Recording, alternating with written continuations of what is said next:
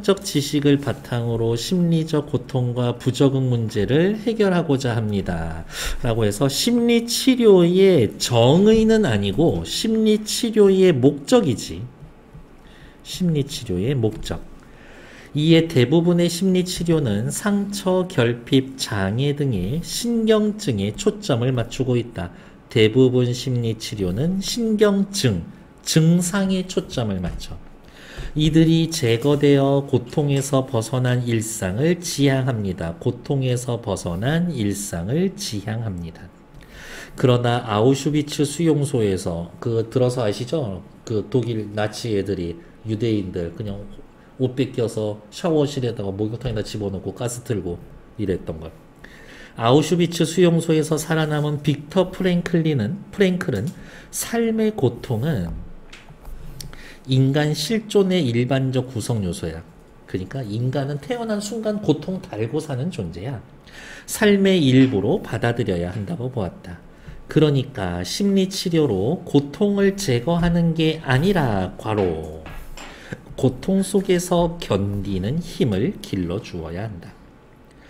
프랭클은 현대인이 자신의 존재가 목적도 없고 이유가 없다고 느끼는 감정, 즉 현대인은 대부분 실존적 공허감을 겪고 있다라고 보아서 인간 존재의 본질에 대한 해답을 찾고자 했다. 인간 존재의 본질이란 뭔가에 대한 답을 찾으면 공허함에서 벗어날 수가 있고 정신적으로 행복하게 살 수 있다라는 거지. 그는 프로이트와 아들러로 대표되는 기존의 심리학을 비판하면서 자신의 이론을 펼쳤습니다. 이제 이 이후로 얘기 뭐 나와야 돼? 중심이 되는 아저씨는 빅터 프랭클. 이 사람의 이야기가 중심이 되고 얘기는 또 어떻게 흘러갈까? 프로이트와 아들러와 뭐가 차이점이 있고 어떠한 면을 비판했을까? 그런 거 찾으러 가겠지.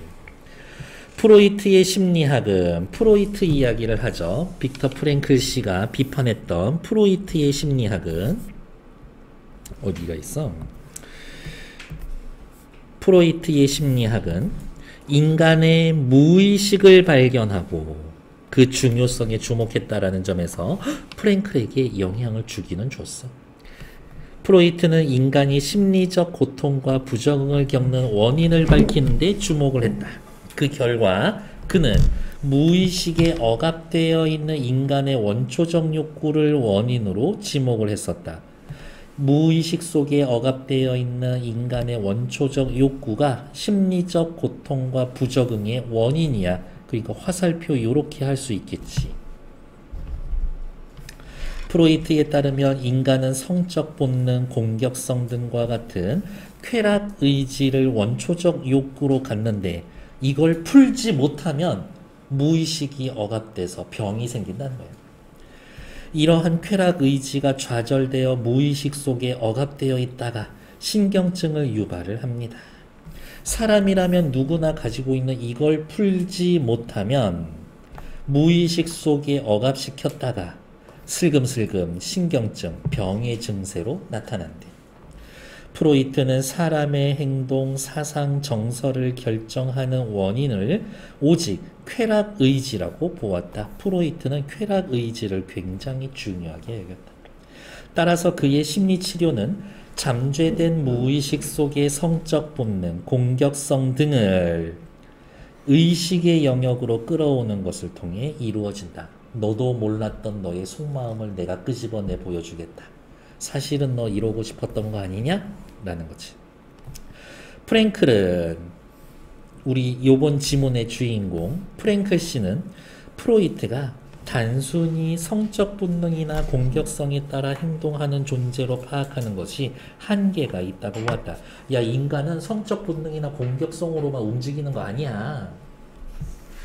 프랭클은 무의식이 인간의 본질을 규명하는 중요한 요소라는 점에 동의하면서 그래, 무의식 중요해, 인정. 하지만 인간은 본능과 충동을 넘어선 영적 존재다. 성적 본능, 공격성 플러스 알파. 이에 인간의 무의식 속엔 본능과 충동만 있는 게 아니라 인간의 무의식 속에는 책임감, 양심이 있어.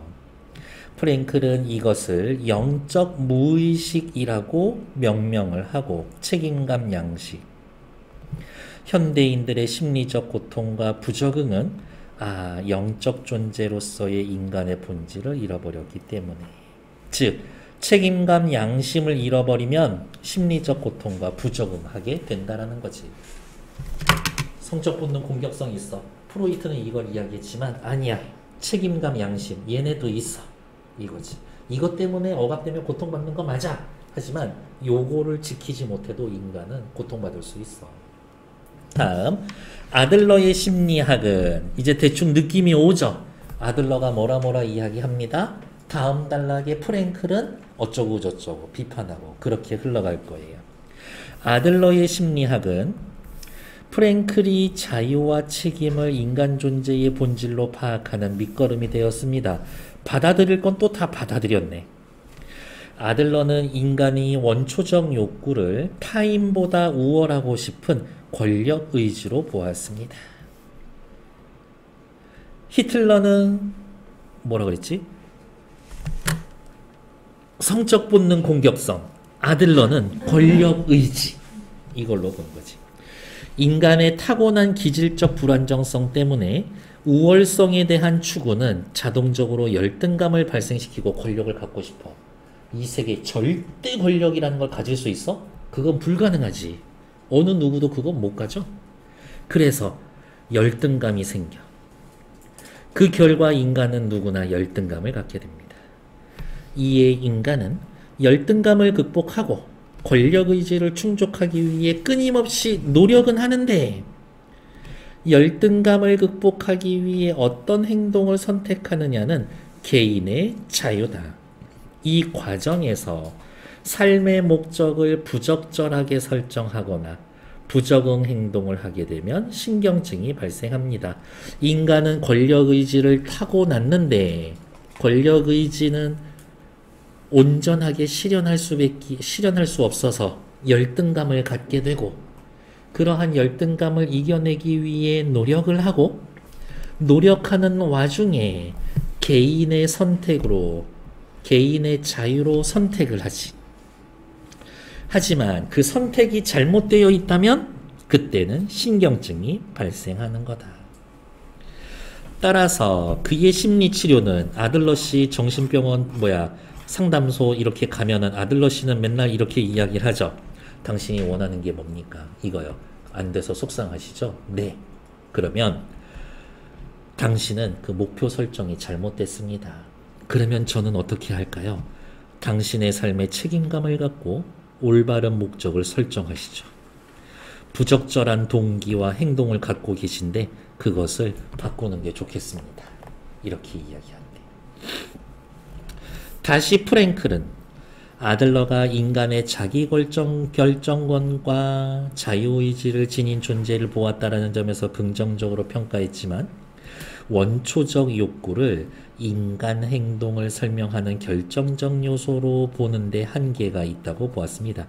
당신이 이야기하는 이 원초적 욕구, 권력 욕구만 가지고는 설명이 안 됩니다. 한계가 있어요. 인간은 조금 그것보다 복잡하거든요. 프랭클은 인간이 원초적 욕구에 따라 행동하는 존재이긴 하지만 원초적 욕구가 인간의 본질이 될 수는 없다라고 보았습니다. 원초적 욕구가 인간의 본질은 될 수가 없습니다. 왜? 당신이 이야기한 이 원초적 욕구만 가지고는 인간이 어떠한 목적을 지니고 있는지, 인간이 왜 그러한 것을 갖고 있는지 이유를 설명하지 못하기 때문에 이렇게 얘기가 흘러가겠네. 당신의 그것만 가지고는 얘네들이 설명이 안 돼요. 라고. 이처럼 프로이트와 아들러의 심리학을 비판적으로 수용한 프랭클은 이처럼 이제 정리해 줄 건가 보네. 프랭클은 자유의지를 지닌 영적 존재로서 인간의 본질을 파악했습니다. 프랭클 씨, 인간은 어떻습니까? 자유의지를 지닌 영적 존재입니다. 그게 인간이죠. 그는 실존적 공허감에서 벗어날 수 있는 심리적 치료 기법으로 의미 치료를 제시했습니다. 응? 의미 치료는 뭐야? 삶에 대한 책임의식을 바탕으로 자신의 인생에 긍정적이고 가치 있는 의미를 부여해서 삶의 목적을 찾는 겁니다. 책임감을 가지세요. 그리고 긍정적이고 가치 있는 의미를 부여하십시오. 당신의 인생은 그렇게 아름다운 겁니다. 죽다 살아난 사람 말이니까 믿을만 할 수도 있을 것 같아. 프랭클은 삶의 의미를 찾는 사람은 더 이상 상황에 의해 결정되는 존재가 아니라고 보았습니다. 그럼 이렇게 표시할까요? 삶의 의미를 찾은 사람은 상황이 영향을 끼치지 못해. 상황이. 힘겨운 상황 속에서도 어떤 태도를 보이느냐에 따라 하는 것은 개인의 선택에 따라 달려 있습니다. 어떤 태도를 가질지 고민하고 긍정적인 태도를 취하세요 라고 얘기하겠네. 아무리 부정적이고 나아질 수 없는 상황이라고 할지라도 어떤 상황일까? 이 사람 입장에서 보면 줄 서서 그 가스실로 걸어가는 그 상황일 수도 있겠지. 고통에 좌절하지 않고 대항할 수 있는 자유가 그에게 있기 때문입니다. 걸어가다가 옆에 나치 가지고 있는 총을 뺏어서 나치를 몇 명 쏴 죽이고 그런 거를 이야기하는 거는 아니야. 이처럼 인간이 주어진 상황과 조건에 맞설 수 있는 자유를 가지고 있다는 점이 중요한 특징입니다. 프랭클의 심리 이론의 이런 거였었겠네. 시골에서 사람들 모여서 막 계몽운동하고 뭐 운동회도 하고 한글도 가르치고 하는데 외놈들이 자꾸 잡아가다가 막 때리고 고민하고 야, 왜 네가 하는 모임에는 사람들이 이렇게 많이 모이냐? 시비 거니까 나 이 상태에서 못 살겠어 라고 이야기하면서 이제 중국으로 넘어갔었던 매당 윤봉길 선생은 집을 나서면서 남자가 집을 나서면 살아서 돌아오지 않는다. 그렇게 글을 쓰고 떠나는 거지. 이렇게. 며칠 전에 저기 윤봉길 그 기념관에 한번 갔다 왔거든요. 이렇게. 근데 생각보다 너무 잘 돼 있어서 뿌듯하더라고. 막 허름하고 관리가 잘 안 돼 있고 그랬으면 되게 좀 속상했었을 것 같아. 되게 좋아. 가면 VR도 있어. 그래서 쓰고 손에 들고 이렇게 있으면은 저쪽에서 막 외놈들 튀어나오면은 막 총 쏘고. 이거 서울에 있네. 뭐가? 윤봉길. 서울에도 있고 충남 예산에도 있어. 충남 예산을 다녀오신 거예요? 거기가 고향이거든. 그래서 생가도 갔다 오고 그리고 자식들한테 응? 영화만 보셨어요? 영화? 영웅? 그거 보러 가야 되는데 우리 월요일날 한번 보러 갈까 생각 중이에요. 응? 그치, 울 것 같아. 나 엄마 나올 때 너무 울 것 같아. 엄마가 이렇게 얘기한 게 나왔었으니까. 근데 윤봉길이 그 폭탄 던진 게 생각보다 가까워. 어떻게 그렇게 가까이 갈 수 있었지 할 만큼. 여기서 한 저 정도밖에 안 돼. 그 단상까지. 그랬더라고. 그러면서 자식들한테 편지를 쓰는데 그렇게 하더라고. 내가 이렇게 폭탄 던진다고 독립을 하거나 크게 변할 거라고 기대하지 않아. 하지만 이게 작은 씨앗이 되어서 사람들이 생각을 해줬으면 좋겠어. 이런 마음을 가지고 있었고. 자식들한테 편지 쓰는데도 너희들에게 뼈와 살이 붙어 있고 피가 흐르는 한 독립을 위해 힘쓰라. 이렇게 편지 쓰고 그렇게 나오더라고. 보통 정신이 아닌 거지. 이렇게. 42번 갑자기 그냥 저기 나치 얘기 나오다가 외놈들 얘기 나왔죠. 봉길이 형 나오고 매당 윤봉길 그 정도는 해줘. 이렇게 백범 김구 선생 뭐 이런 것처럼 도산 안창호 이렇게. 윗글에 대한 설명으로 가장 적절한 것은 중심 화제 뭐예요? 프랭클의 심리학이죠. 다른 이론과의 관계 속에서 설명한다. 정답! 프랭클의 심리 이론을 다른 이론 프로이트와 아들러의 관계 속에서 설명하고 있습니다. 마치 중심 화제의 개념을 정의하고 괜찮아. 장단점 설명하는 건 아니야. 중심 화제의 문제점 없어. 해결 방안 없어. 구체적 사례도 딱히 없어. 중심 화제의 변화 과정? 그럴 리가. 앞으로 전개 방향 어떻게 흘러갈까? 그런 것도 없어. 중심 화제의 등장 배경을 제시한 후 등장 배경 딱히 없어. 등장 배경이라고 하면은 뭐 굳이 따지면 거기에서 살아 돌아왔습니다. 그렇다 쳐. 다양한 분야에 미친 영향 얘는 확실히 없어. 그래서 틀린 건 1번. 다음 43번은 OX 문제죠. 프로이트는 사람의 행동이 성적 본능이나 공격성에 따라서 결정된다라고 보았습니다. 괜찮죠? 하지만 이게 좌절되면 무의식에 억압이 되고, 아들러는 열등감은 누구나 가지고 있다. 그 자체는 신경증이 아니다. 괜찮아. 이 열등감을 가지고 잘못된 목표를 설정해서 괴로워하면 그게 신경증이 되는 거지, 열등감 자체는 신경증이 아니야. 그러면 지구상의 모든 사람들 다 신경증, 정신병이에요 라고 얘기해야 돼. 정신병이라는 말도 나쁜 말인가? 아들러는 열등감으로 인해 타인보다 우월해지고 싶은 욕구가 생긴다라고 보았습니다. 괜찮네. 프랭클은 인간을 본능과 충동을 넘어선 영적 존재라고. 아들러는 열등감으로 인해 타인보다 우월해지고 싶은 욕구? 아니지. 큰일 날 뻔했네. 어쨌든 답은 순간 또 정신 놓고 있었네. 다시 설명할게요. 타인보다 우월해지고 싶은 욕구가 있죠.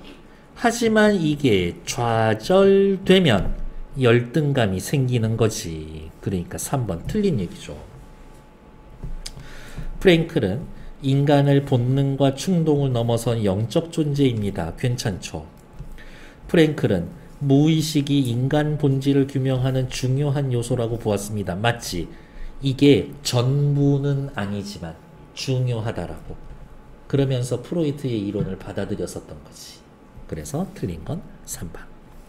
44번의 답은요, 제가 아까 얼레벌레 말씀드렸어요. 기억. 프랭클은 인간이 원초적 욕구에 따라 행동하는 존재이긴 하지만 원초적 욕구가 인간의 본질이 될 수는 없습니다. 왜? 원초적 욕구만 가지고는 인간 존재의 목적과 이유를 설명할 수가 없으니까. 그래서 답은 2번. 됐나요? 다음 옆에 45번 보러 갈게요. 프랭클의 관점에서 보기에 대한 반응으로 가장 적절한 것. 아우슈비츠 수용소의 극한 상황에서 유대인 수용자들이 보인 태도는 다양하다. 자신의 상황을 비관하여 자포자기하는 사람도 있지만 아픈 몸으로 노약자를 보살펴주거나 독가스실로 불려가면서 승리의 노래를 부르는 사람들도 있었습니다. 이것 다 뭐예요? 자기 스스로의 자유에 의한 선택을 하는 거지. 자유에 의한 선택을 하는 거죠. 이렇게. 1번. 극한 상황에 처한 수용자를 통해 고통은 인간 실존의 일반적 구성 요소가 아니다? 아니요. 프랭클 씨는 고통은 인간의 기본 옵션이야 라고 얘기했었어. 이렇게. 독가스실에 끌려가면서도 승리의 노래를 부르는 사람은 좌절한 사람? 아니죠. 좌절한 건 아니지. 아픈 몸으로 노약자를 보살펴주는 사람은 고통을 제거하기 위해 긍정적 삶의 의미를 찾습니다. 아니지. 고통을 제거하기 위해서가 아니라 나는 이러한 고통에도 견디는 힘이 있다라는 것을, 견디는 힘을 보여주는 거지. 고통을 제거하는 것은 아니죠. 자신의 상황을 비관하여 자포자기하는 사람은 책임의식을 바탕으로 자유롭고, 포기하면 책임 갖고 자유로운 사람이야? 그럴 리가. 답은 5번이죠. 수용자들이 보인 다양한 반응을 통해 힘겨운 상황에서도 어떤 태도를 보이느냐는 개인의 선택에 따라 다른 겁니다. 괜찮죠? 답은 5번. 이렇게.